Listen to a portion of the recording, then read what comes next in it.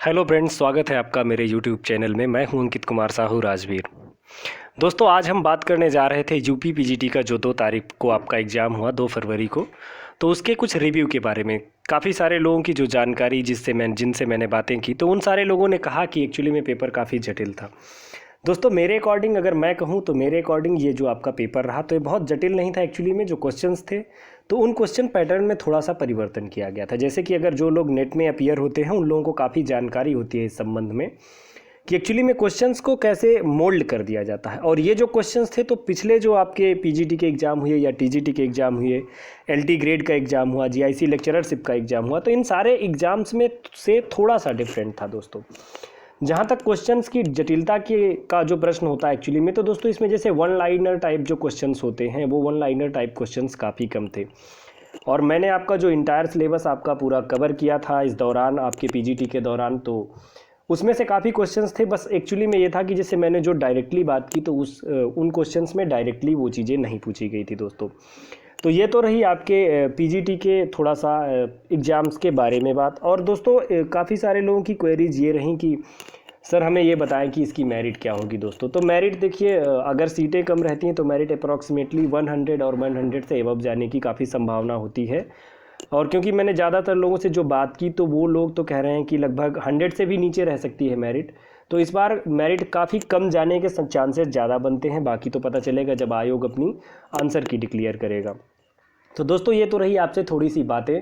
चलिए हम शुरू करते हैं। आज जो पीजीटी का पेपर हुआ इसका मैं सॉल्यूशन आपके सामने प्रस्तुत कर रहा हूं। और इस सॉल्यूशन में दोस्तों हो सकता है कि कुछ पॉइंट्स गलत भी हो सकते हैं, क्योंकि जहां तक मेरी बेस्ट ऑफ नॉलेज के हिसाब से मैंने वो सारे क्वेश्चंस लाने की कोशिश की है और वो सारे आंसर्स लाने की कोशिश की है जो एक्चुअली में काफ़ी मतलब फैक्चुअल हैं। और जहाँ तक ग्रामर पोर्शन की जो बात रही दोस्तों, तो ग्रामर पोर्शंस जो मेरे हिसाब से बेस्ट रहा उसको मैंने क्लिक किया। लेकिन जो इंग्लिश का पोर्शन है दोस्तों, उसके पोर्शन की अगर मैं बात करूं दोस्तों, तो वो बिल्कुल आपका लगभग 95% तक आपका सही होगा। कुछ ही क्वेश्चंस हो सकते हैं जो मेरी इस आंसर की से थोड़ा डिफरेंट हो।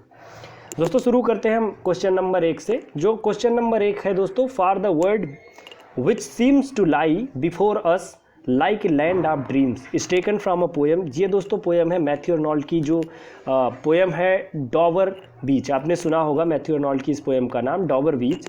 उसी डॉवर बीच में दोस्तों ये जिक्र आता है। अगला जो आपका क्वेश्चन है दोस्तों, क्वेश्चन नंबर 2 पर हम आते हैं।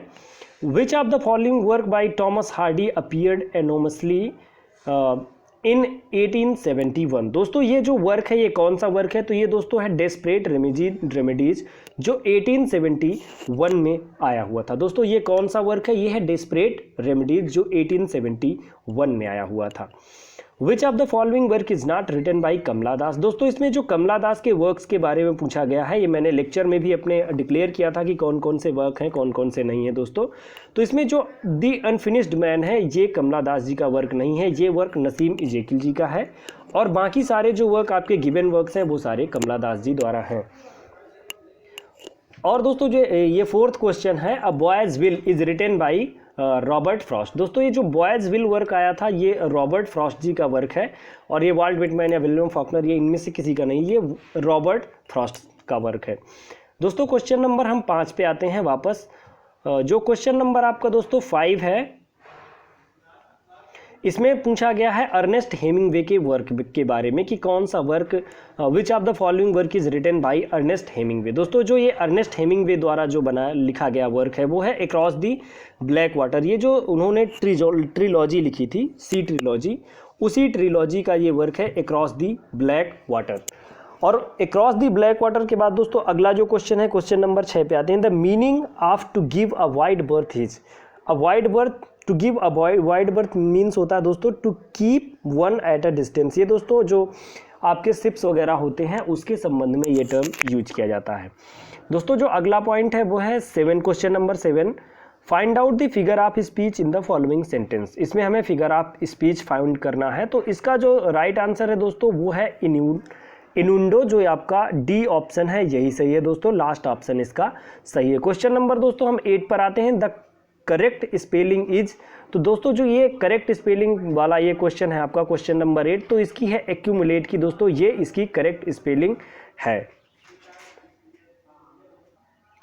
दोस्तों जो क्वेश्चन नंबर 9 है, to buckle down means, to buckle down means होता है दोस्तों work seriously, to buckle down means होता है वर्क सीरियसली। और ये जो दोस्तों जिस सीरीज़ की मैं बात कर रहा हूँ ये मेरे साथ है सी की सीरीज़, तो इसी सी सीरीज़ के अकॉर्डिंग मैंने आपको मैं बता रहा हूँ दोस्तों, आप अपनी सीरीज़ के अकॉर्डिंग मिला सकते हैं इसको।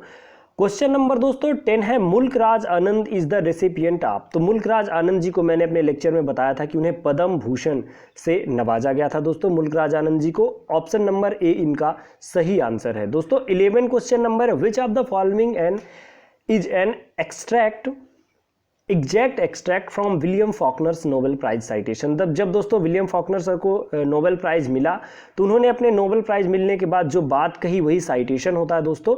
ये किस लिए उन्हें दिया गया था? ये powerful and unique contribution to the modern American novel के लिए उनको दिया गया था। ऑप्शन नंबर बी आपका राइट आंसर है दोस्तों। क्वेश्चन नंबर जो 12 से दोस्तों 16 तक के जो क्वेश्चन नंबर हैं आपके सामने, मैं तो स्क्रीन में आपको दिखा रहा हूं दोस्तों, तो ये एक्चुअली में इस पैसेज पर बेस्ड क्वेश्चंस हैं। हम देख लेते हैं दोस्तों कि इनका कौन सा आंसर सही है, बाकी आप पैसेज देख लेंगे दोस्तों। इसमें जो पहला क्वेश्चन यानी कि हम 12 नंबर का क्वेश्चन देखते हैं। 12 नंबर में what does the author mean by the revealing power of poetry. तो दोस्तों ये poetry allows us to see and know what has been unknown. दोस्तों ये इस पैसेज के अकॉर्डिंग ये बी ऑप्शन इसका राइट है दोस्तों। जो 13 दोस्तों अगला क्वेश्चन है वो 13 है। 13 क्या है? In this sentence there are few of us who have not some endowment, what does few of us mean. तो दोस्तों फ्यू ऑफ अस मीन का होता है हार्डली एनी ऑफ अस।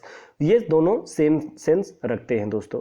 अगला जो हमारा क्वेश्चन है वो है 14, विच of the following statement is not true. तो दोस्तों इनमें से जो नहीं सही नहीं है इस पैसेज के अकॉर्डिंग वो है the true poet can compose poems of greater variety. दोस्तों अगला जो है क्वेश्चन है वो है 15, विच of the following statement is not true. तो इसमें से कौन सा जो स्टेटमेंट है वो ट्रू नहीं है, वो है दोस्तों poetry unveils the secret of nature. दोस्तों ये वाला जो है ऑप्शन इसका सही नहीं है according to passage.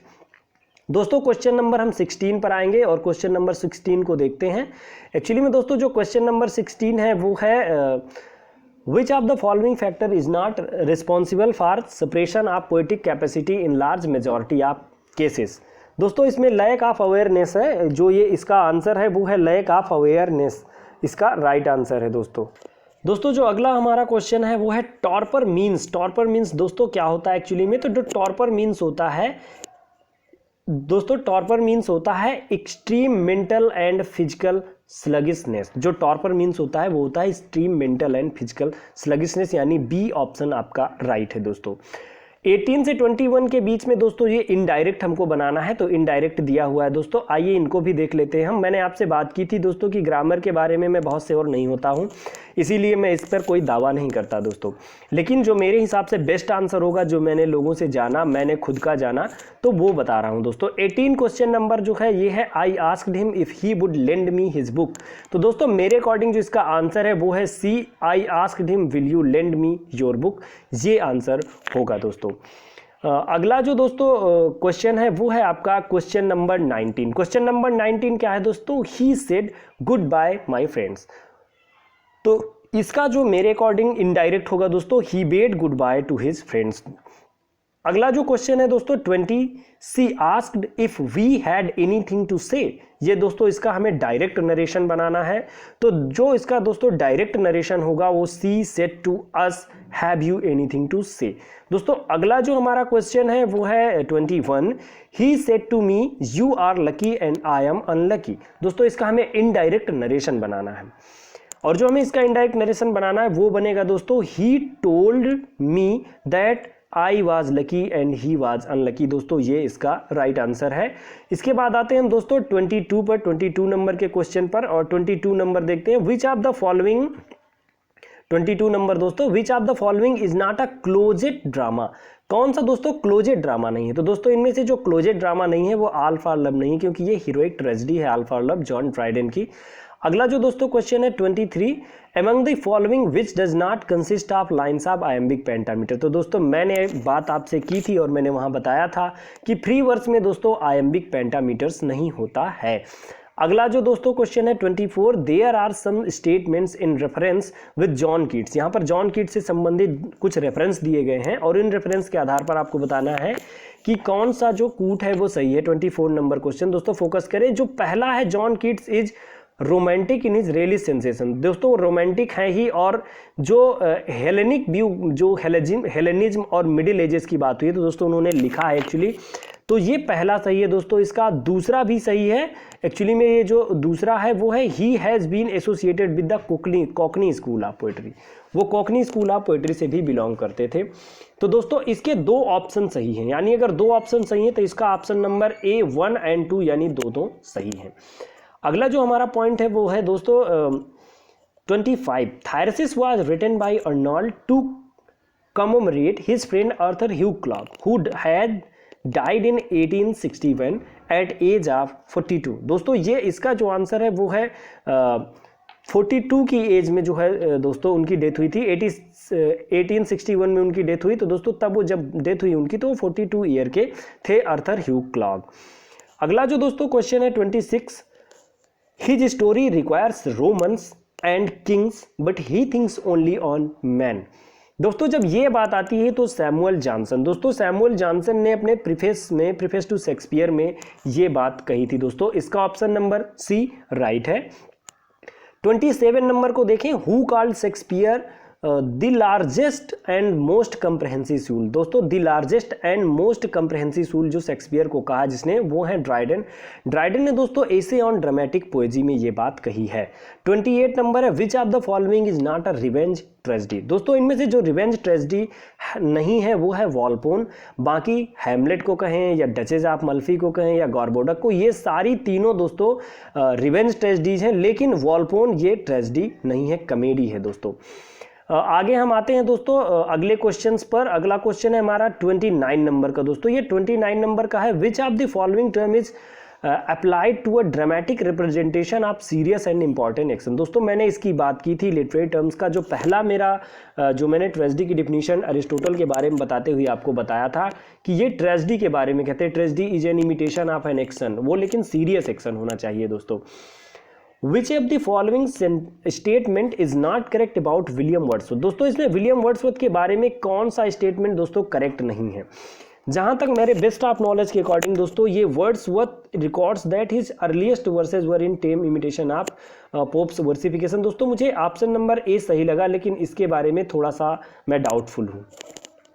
Which of the following statement is not correct with reference to PV Shelley. दोस्तों पीवी शैली के बारे में जो स्टेटमेंट दिए गए हैं आपकी स्क्रीन पर हैं, इन स्टेटमेंट्स में सारे सही हैं, ये वाला सही नहीं है। The sub title of Adonis is the spirit of solitude, क्योंकि एलास्टर जो उनकी ऑटोबायोग्राफिकल वर्क है दोस्तों उसका जो है सब टाइटल है स्पिरिट ऑफ सॉलिट्यूड। अगला जो हमारा क्वेश्चन नंबर है दोस्तों वो है 32, विच of the following characters does not appear in David Copperfield. दोस्तों डेविड कॉपरफील्ड में कौन सा कैरेक्टर नहीं है। तो दोस्तों डेविड कॉपरफील्ड की अगर हम बात करें तो डेविड कॉपरफील्ड में दोस्तों डॉक्टर रैंक जो है दोस्तों वो नहीं है, बाकी जो अदर कैरेक्टर्स हैं दोस्तों डेविड कॉपरफील्ड के ही कैरेक्टर हैं। Which of the following rules is incorrect with reference to grammar. Grammar के संबंध में दोस्तों इनमें से कौन सा रूल सही है, ये बिल्कुल मुझे कंफर्म नहीं है, तो इसीलिए मैंने इस पर कुछ भी नहीं बोला। 34 पर देखते हैं दोस्तों, प्रिल्यूड कंसिस्ट ऑफ। प्रिल्यूड में जो बहुत जो बुक्स हैं दोस्तों तो उसमें 14 बुक्स है, ये मैंने आपको ऑलरेडी बताया था अपने लेक्चर में, वर्ड्सवर्थ के लेक्चर के दौरान आपको मैंने बताया था दोस्तों। अगला जो 35 नंबर का हमारा क्वेश्चन है दोस्तों, हम 35 की तरफ चलते हैं और देखते हैं। जो 35 नंबर का क्वेश्चन है दोस्तों वो बेस्ड है फिर से कैरेक्टर्स पर, और ये है विच character of Dickens keeps on hoping that something will turn up. दोस्तों ये जो कैरेक्टर है मिकाइबर, ये मिकाइबर जो कैरेक्टर है ना दोस्तों, ये समथिंग विल टर्न अप, ये ऐसी होप रखता है, ये मैंने अपने लेक्चर में डिकेंस वाले में बताया था आपको। Which of the following author wrote the essay Naipaul's India and mine. दोस्तों ये भी बिल्कुल मैंने जब नसीम इजेकिल जी के वर्क बताए थे उसमें मैंने ये लिखा था नायपॉल्स इंडिया एंड माइन, ये नसीम इजेकिल जी का वर्क है दोस्तों। अगला जो दोस्तों क्वेश्चन नंबर है 37, which of the following pairs is mismatched in a series of singular to plural. दोस्तों जो क्राइटेरियन है, क्राइटेरियन और क्राइटेरिया, दोस्तों इसमें हमें सिंगुलर ये ध्यान रखें, टू प्लूरल लिखना है। बहुत सारे लोगों को दोस्तों यहीं पर कंफ्यूजन हो जाता है। तो इसमें बाकी जो सारे 3 हैं बी सी डी, ये सारे बिल्कुल सिंगुलर और प्लूरल में लिखें, लेकिन जो क्राइटेरिया होता है दोस्तों ये प्लूरल है और क्राइटेरियन सिंगुलर होता है। दोस्तों इनको रिवर्स, इधर इसको इधर होना चाहिए था और इसको इधर होना चाहिए था। तो यही वाला दोस्तों ऑप्शन नंबर ए 37 का दोस्तों ये गलत है, मिसमैच्ड है, सीरीज सही नहीं है। अगला जो 38 to 45 है दोस्तों, इसमें आपको बताना है एक्चुअली में कि किस पार्ट में गलती है। तो this is superior and costly, this car is superior and more costly than one I have. दोस्तों इसका जो डी जो है, इसका जो डी ऑप्शन है वो वहाँ पर गलती है दोस्तों। अगला जो पॉइंट है हमारा 39 पर दोस्तों, you will either have to improve your work और I shall have to dismiss you from school. दोस्तों ये जो पॉइंट है इसमें ए पे गलती है। दोस्तों मैंने आपको बताया था कि मैं ग्रामर के बारे में बहुत श्योर नहीं हूं दोस्तों, लेकिन जो मेरे बेस्ट ऑफ नॉलेज में है मैं वो बता रहा हूं, क्योंकि बहुत सारे भी लोग मुझसे शिकायत करेंगे सर आपने गलत बता दिया। अगर किसी के पास ग्रामर का बिल्कुल एग्जैक्ट सॉल्यूशन है तो वो मुझसे बात कर सकता है, वो मुझे दे सकता है दोस्तों। 40 नंबर के क्वेश्चन पर आते हैं। He had been to school but he has learn nothing there. दोस्तों इसके बी पार्ट में गलती है। अगला जो दोस्तों पॉइंट है 41, वो है his failing to answer the question. ये जो है इसका दोस्तों 1 जो है इसमें दोस्तों गलती है। अगला जो दोस्तों 42 है उसके बी पार्ट में गलती है। There is always danger of panic. दोस्तों इसके बी पार्ट में दोस्तों गलती है। द अपोजिट ऑफ सुपरसीलियस, दोस्तों ये बिल्कुल मैं राइट आंसर है, ये जो मैं आपको बता रहा हूँ। मीक एंड हम्बल होता है दोस्तों इसका अपोजिट, सुपरसीलियस का अपोजिट जो होता है दोस्तों मीक एंड हम्बल होता है। और which of the following is written incorrectly, इसमें से दोस्तों कौन सा इनकरेक्टली लिखा हुआ है दोस्तों, ये है एट लीस्ट, ये इनकरेक्टली लिखा हुआ है। अगला जो दोस्तों हमारा क्वेश्चन है 45 को हम आकर के देखते हैं। दोस्तों जो 45 नंबर है ये एक्चुअली में आउट ऑफ सिलेबस क्वेश्चन है, क्योंकि मुझे ऐसा लगता है कि आउट ऑफ सिलेबस है, और मुझे ही नहीं दोस्तों ये सारे लोगों को लग रहा होगा कि ये आउट ऑफ सिलेबस क्वेश्चन है। Which of the following is mismatched. तो दोस्तों जो इसमें मिसमैच्ड है, जो मैंने गूगल किया, गूगल से पता चला वी सिनक्लेयर का द जंगल, ये दोस्तों मिसमैच्ड है। अगला जो दोस्तों पॉइंट है वो है which is not correct statement for metonymy figure of speech. दोस्तों मेटानोमी फिगर ऑफ स्पीच के लिए कौन सा करेक्ट नहीं है, तो इसका जो थर्ड ऑप्शन है दोस्तों, बाकी मेटानोमी के लिए सब करेक्ट है। In metonymy a part something is used to signify the whole. दोस्तों ये जो क्वालिटी होती है ये साइनड हकीकी होती है, और ये मैंने अपने फिगर ऑफ स्पीच वाले लेक्चर से लगा करके टर्म वाले लेक्चर में दोनों में बताया था दोस्तों। जो दोस्तों ये अगला क्वेश्चन है आपके सामने, the character Fogg appear in Dickens's novel. दोस्तों जो करेक्टर है, फॉग नाम का एक करेक्टर है जो डिकेंस के नॉवल में आता है, ये पिकविक पेपर में आता है। लेकिन दोस्तों आपको मैं एक पॉइंट और बता दूं यहाँ पर कि ये जो फॉग है ना एक्चुअली में, तो उनके पिकविक में जो आने वाला करेक्टर है उसकी स्पेलिंग है FOGG फॉग। ये दोस्तों स्पेलिंग है, FOG नहीं है, ये गलत थोड़ा सा छपा हुआ है। अगला जो क्वेश्चन है दोस्तों वो है 48, which poem of Tennyson does start with heroic line courage he said and pointed towards the land. दोस्तों ये जो लोटस ईटर्स उनकी पोएम है, इसकी ये दोस्तों लाइन्स है। अगला जो दोस्तों क्वेश्चन है 49, Tennyson was appointed the poet laureate in the year. तो दोस्तों जो टेनिसन है वो पोएट लॉरिएट जो है अपॉइंट किए गए थे 80-50 में। ये दोस्तों मैं बता चुका हूं, जब मैंने बताया था आपको कि 80-50 कैसे बहुत ही ज़्यादा इंपॉर्टेंट है, तो मैंने दोस्तों वहां पर आपसे चर्चा की थी कि 80-50 में बहुत सारी घटनाएं हुई, जैसे कि वर्ड्सवर्थ की डेथ, इन मेमोरियम का पब्लिकेशन, डेविड कॉपरफील्ड का पब्लिकेशन, तो ये सारे दोस्तों काफ़ी महत्वपूर्ण था। दोस्तों डायरेक्शन है ये कि 52-53 से इनके बीच में दोस्तों जो है ये फिलिंग द ब्लैंक्स है। तो फिलिंग द ब्लैंक्स में it rained all Monday and stopped raining during that night. दोस्तों इसका जो बी ऑप्शन है वो एकदम करेक्ट है, ड्यूरिंग दैट नाइट। दोस्तों अगला जो क्वेश्चन है 51 उसको देखें, यू और इसमें फिर खालिस्तान है, हैव वाटर्ड द फ्लावर्स। दोस्तों यू नीड नॉट, क्योंकि जब अगर बारिश हो रही है तो आपको वाटर्ड करने की जरूरत नहीं है, यहाँ पर दिया हुआ है दोस्तों, तो इसमें नीड नॉट होना चाहिए, डी ऑप्शन आपका राइट है दोस्तों। अब हम आते हैं दोस्तों अगले क्वेश्चन पे, वो है हमारा 52 नंबर का। 52 नंबर को देखें दोस्तों, ये दोस्तों जो 52 नंबर का क्वेश्चन है, he was angry he listened to me पैसेंटली।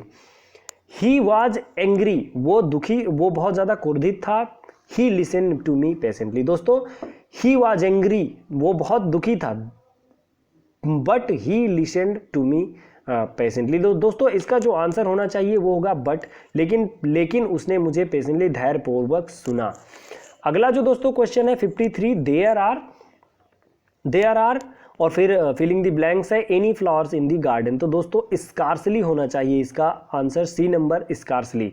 दोस्तों जो अगला पॉइंट है वो है 54, क्वेश्चन नंबर हमारा वो है John Dryden's all for love is an example of heroic tragedy. दोस्तों जो जॉन ड्राइडन का वर्क है ऑल फॉर लव, इसके बारे में मैंने आपको अपने लेक्चर में बिल्कुल अवगत कराया था कि ये जो है एक्चुअली में ऑल फॉर लव जो है ये हीरोइक ट्रेजेडी का दोस्तों पार्ट है। अगला जो दोस्तों क्वेश्चन नंबर 55 को देखें, which among the following said, किसने कहा है कि the child is the father of man. ये दोस्तों मैंने आपको बात की थी एपिग्राम वाले पार्ट पे, विलियम वर्ड्सवर्थ हैं दोस्तों जिन्होंने कहा child is the father of man. दोस्तों जो अगला पॉइंट है वो है हमारा which of the following periodicals brutally assailed Keats second volume of verse published in 1818। दोस्तों जो उनका सेकेंड वॉल्यूम पब्लिश्ड हुआ था तो क्वार्टरली रिव्यू। दोस्तों जो दो एक्चुअली में मैंने ये किड्स के लेक्चर के दौरान बताया था कि ब्लैकवुड और क्वार्टरली रिव्यू दोनों जगह पर दोस्तों किड्स के वर्क को जो है काफ़ी क्रिटिसाइज किया गया था। Which of the following is written by Charles Lamb. तो दोस्तों चार्ल्स लैम्ब के द्वारा लिखा गया वर्क है रोजामंड ग्रे। अगला जो दोस्तों क्वेश्चन है 58 number, which of the following statement is not correct about Charles Dickens. दोस्तों चार्ल्स डिकेंस के बारे में कौन सा ऑप्शन करेक्ट नहीं है दोस्तों। तो ये मुझे जो लगा दोस्तों, तो टर्म न्यूगेट जो है ना, न्यूगेट नॉवल जो है इंस्पायर्ड डिकेंस न्यूगेट। एक्चुअली में दोस्तों न्यूगेट टाइप की चीज़ें जो न्यूगेट नॉवल जो होता है एक्चुअली ना, तो नॉवल ऑफ क्राइम या क्रिमिनल्स के ऊपर लिखा गया, क्रिमिनल्स की लाइफ के ऊपर लिखा गया वर्क होता है दोस्तों। तो मुझे मेरे अकॉर्डिंग तो दोस्तों ये डी ऑप्शन इसका राइट होना चाहिए। दोस्तों अगले क्वेश्चन पर हम आते हैं 58 के बाद हम दोस्तों चलेंगे 59 नंबर के क्वेश्चन पर और देखते हैं दोस्तों 59 नंबर क्या है। 59 है which of the following is incorrect with reference to changing direct speech into indirect. हमको दोस्तों इनडायरेक्ट इसका बनाना है, देखते हैं इनडायरेक्ट कौन सा दोस्तों इसका सही है। तो verbs in infinitive mood never change. दोस्तों इसमें मैं कंफर्म नहीं हूं इसलिए मैं आपको कुछ भी इसका आंसर नहीं बताता। इन ब्लैक एंड व्हाइट मीन्स क्या होता है दोस्तों, इन ब्लैक एंड व्हाइट मीन्स होता है दोस्तों इसमें सी इन राइटिंग ही आंसर है दोस्तों इसका। द टच स्टोन मेथड मैंने बताया था दोस्तों आपको मैथ्यू अर्नोल्ड वाले लेक्चर में कि टच स्टोन मेथड जो है मैथ्यू अर्नोल्ड का है दोस्तों। अगला जो हमारा क्वेश्चन है वो है 62, Nissim Ezekiel was awarded the Sahitya Akademi for his poetry collection. ये मैंने दोस्तों अपने लेक्चर में नसीम इजेकिल के बताया था कि लेटर डे साम्स में दोस्तों उन्होंने लेटर डे साम्स के लिए दोस्तों उनको जो है साहित्य अकादमी अवार्ड दिया गया था। Find out the grammatically incorrect sentence. दोस्तों इसमें हमें ग्रामेटिकली इनकरेक्ट बताना है दोस्तों, तो इसके लिए मैं बहुत श्योर नहीं हूँ, लेकिन मैं इसका आंसर आपको कैसे दूं, लेकिन जो मेरे बेस्ट ऑफ नॉलेज में है तो मुझे लगता है कि ए इसका दोस्तों सही आंसर होना चाहिए, लेकिन बहुत ज़्यादा श्योर नहीं हूँ मैं। द करेक्ट स्पेलिंग इज, दोस्तों जो ये क्लोरोफिल की करेक्ट स्पेलिंग होती है वो है CHLOROPHYLL। दोस्तों बहुत सारे लोगों को फिल में इसमें काफ़ी कंफ्यूजन हो जाता है, लेकिन जो एग्जैक्ट इसकी जो है मीनिंग है वो दोस्तों यही है दोस्तों, स्पेलिंग दोस्तों यही है, मीनिंग नहीं दोस्तों स्पेलिंग। 65 to 67 की दोस्तों बात अगर हम करें तो 65 to 67 की बात दोस्तों मैं यहाँ से छोड़ देता हूँ और मैं आपसे बात करूँगा अपने जो है अगले लेक्चर में 65 टू जो क्वेश्चंस आपके रिमेनिंग रह गए हैं, यानी कि मैं दोस्तों 100 तक की 125 तक की पूरी बात करूँगा अपने अगले लेक्चर में, क्योंकि मैं बहुत ज़्यादा अगर बड़ा बना दूंगा तो थोड़ा सा प्रॉब्लमेटिक होता है। तो दोस्तों नमस्कार, मेरे साथ बने रहने के लिए आपका बहुत बहुत धन्यवाद। और सबसे बड़ी बात जो मैं आपसे कहना चाहता हूँ वो ये कि जो लिटरेचर पार्ट मैंने आपको बताया दोस्तों वो तो करेक्ट है, लेकिन जो मैंने ग्रामर पार्ट बताया तो ग्रामर पार्ट के लिए मैं एक बार फिर से इसको रिवाइज करूंगा और देखूंगा दोस्तों कौन सा ऑप्शन सही बनता है। तो धन्यवाद दोस्तों, मेरे साथ बने रहने के लिए आपका बहुत बहुत धन्यवाद। बस देखते रहिए, सुनते रहिए, शेयर करिए, लाइक करिए और सब्सक्राइब करिए। दोस्तों बहुत सारी आपकी जो कॉल्स आती हैं, एक बात मैं और कहना चाहूँगा, उन कॉल्स में दोस्तों कोई मुझे थैंक्स बोलता है, कोई कुछ, तो जैसे दोस्तों अगर ऐसी टाइप की छोटी मोटी अगर बात है कोई, आप तो मुझे मैसेज से कह दें, लेकिन हाँ अगर आपको लगता है कि नहीं सर से मुझे बात करनी चाहिए तो दोस्तों आप ज़रूर मुझे कॉल करें। धन्यवाद दोस्तों।